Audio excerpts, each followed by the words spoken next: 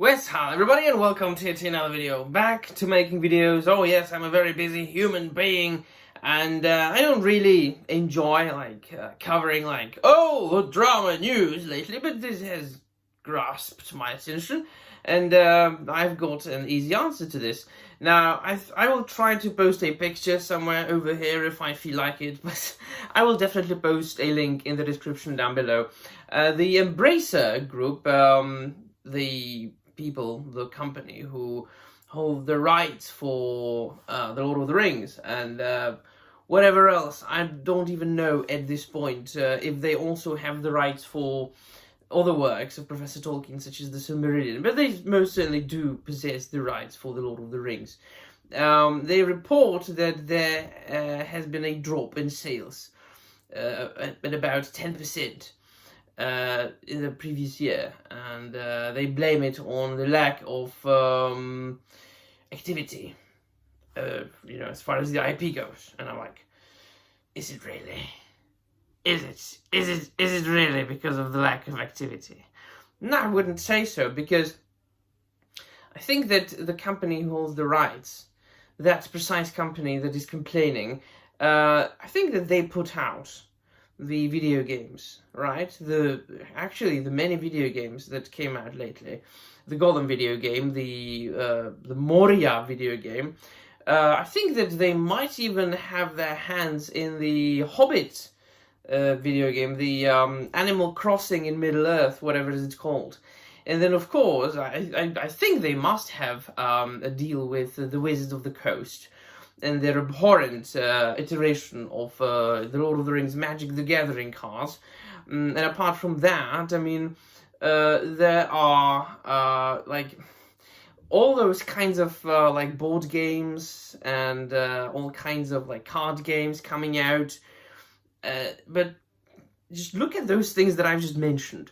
The Gollum video game, the Return to Moria video game, the cards from the Magic the Gathering series. Do you think they're good product? I don't think they have hands in Amazon's The Rings of Power. I think that there was some sort of deal that they would get certain rights, Amazon. That's why they couldn't write.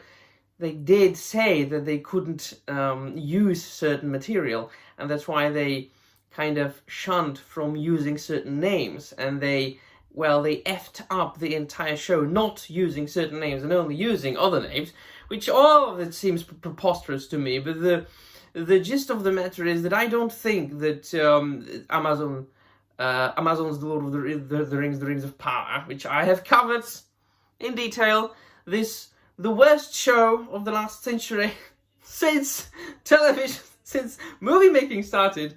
I don't think that the Embracer Group had anything to do with that. But other than that, you don't even have to reach for the worst. You don't have to reach for the Rings of Power. You can just look at the other things that I've just mentioned. Those things are of a very bad quality. Now, I have covered them in the past in separate videos, especially then the Gollum video game, which famously was a disaster. I'm not a gamer myself, I don't play video games, but I can't think of any person that I have heard from or that wrote something on the internet that would actually at least moderately enjoy playing the game. Apparently it was one of the biggest disasters in the history of video game making.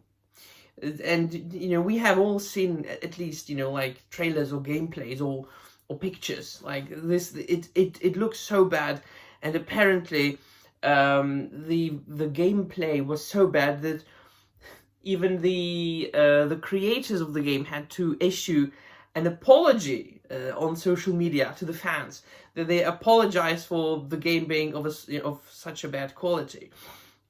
Now, of course, then famously the Magic the Gathering video game, where they race swapped almost each and every single main character from The Lord of the Rings. I don't think that game, or this iteration of that card game, I don't play it. I've never even bought a Magic the Gathering card, but I don't think it's got many fans. There was this thing that one of a rapper bought the 1-to-1 exclusive card of the One Ring, But it's really just the one and only big news concerning that game that I have heard about, and even covered it on this channel, I believe. So I wouldn't blame the drop in sales on lack of activity. I would blame it on other things, such as the poor quality of the product that they have been releasing quite actively, and in a quite prolific way.